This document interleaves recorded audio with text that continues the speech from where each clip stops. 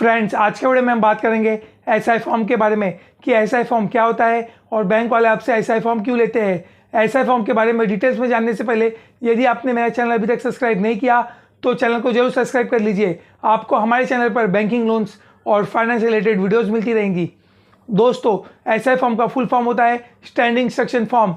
जैसे कि यदि आपका किसी भी बैंक में लोन डिसबर्स हुआ है और आपका उस बैंक में ऑलरेडी सेविंग अकाउंट या करंट अकाउंट या कोई दूसरा अकाउंट है और आप आपकी ईएमआई उस बैंक से डिडक्ट करवाना चाहते हैं, तो ऐसे केस में बैंक वाले आपसे एसआई फॉर्म लेते हैं। बट कभी कभी ऐसा भी होता है कि आपका जिस भी बैंक से लोन डिसबर्स हुआ है उस बैंक में आपका कोई भी अकाउंट नहीं है, बट बैंक वाले आपका उस बैंक में अकाउंट ओपन करवाते हैं और आपकी ईएमआई उस बैंक से डिडक्ट करते हैं। तो ऐसे केस में भी बैंक वाले आपसे एसआई फॉर्म लेते हैं। दोस्तों, यदि आपका कोई भी बैंक से लोन डिसबर्स हुआ है और यदि आपका उस बैंक में कोई भी अकाउंट नहीं है और ना ही आप उस बैंक से आपकी ईएमआई डिडक्ट करना चाहते हैं और आप आपके लोन की ईएमआई का पेमेंट कोई तीसरे बैंक से पेमेंट करना चाहते हैं, तो ऐसे केस में बैंक वाले आपसे एसआई फॉर्म नहीं लेते। ऐसे केस में बैंक वाले आपसे नेच फॉर्म लेते हैं। तो आइए अब हम देख लेते हैं कि एसआई फॉर्म कैसे दिखता है और एसआई फॉर्म में क्या क्या डिटेल्स होती है। फ्रेंड्स, आप देख सकते हो ये एक स्टैंडिंग इंस्ट्रक्शन फॉर्म है। तो आइए अब हम स्टैंडिंग इंस्ट्रक्शन फॉर्म को डिटेल्स में देख लेते हैं। स्टैंडिंग इंस्ट्रक्शन फॉर्म में सबसे पहले यहाँ डेट मेंशन होता है, जैसे कि यहाँ मेंशन है 28 नवंबर 2022। और फिर नेक्स्ट स्टैंडिंग इंस्ट्रक्शन फॉर्म में आप जो भी ब्रांच में रिक्वेस्ट दे रहे हो वो ब्रांच का नाम मेंशन होता है। और फिर नेक्स्ट यहाँ सब्जेक्ट लाइन मेंशन होती है, जैसे कि यहाँ मेंशन है स्टैंडिंग इंस्ट्रक्शन रिक्वेस्ट।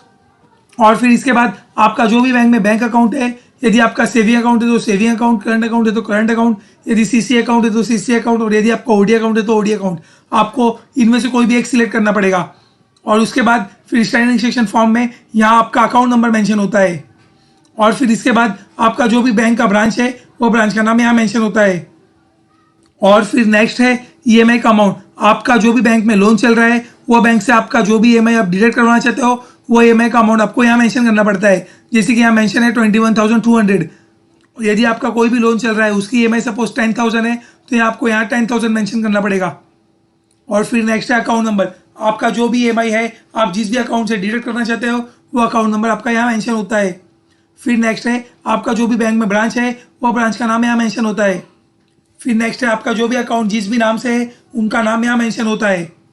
और फिर नेक्स्ट है आपकी ईएमआई का ड्यू डेट। यदि आपकी ईएमआई 10 तारीख को जाती है तो यहाँ 10 तारीख मेंशन होगा। यदि आपकी ईएमआई 5 तारीख को जाती है तो 5 तारीख मेंशन होगा। और यदि आपकी ईएमआई एवरी मंथ में 1 तारीख को जाती है तो यहाँ 1 तारीख मेंशन होगा।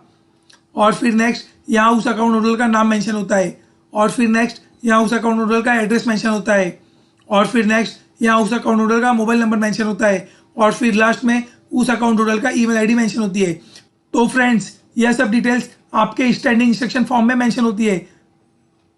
फ्रेंड्स, आई होप आपको आज के वीडियो में इजीली समझ में आ गया होगा कि एसआई फॉर्म कैसे दिखता है, एसआई फॉर्म में क्या क्या डिटेल्स होती है और एसआई फॉर्म बैंक वाले क्यों लेते हैं। यदि आपको इस वीडियो से रिलेटेड कुछ भी डाउट हो तो आप मुझे कमेंट करके भी पूछ सकते हैं। आई होप आपको आज का यह वीडियो पसंद आया होगा। यदि आपको आज का यह वीडियो पसंद आया तो वीडियो को लाइक, शेयर और चैनल को सब्सक्राइब करना ना भूलिए। धन्यवाद।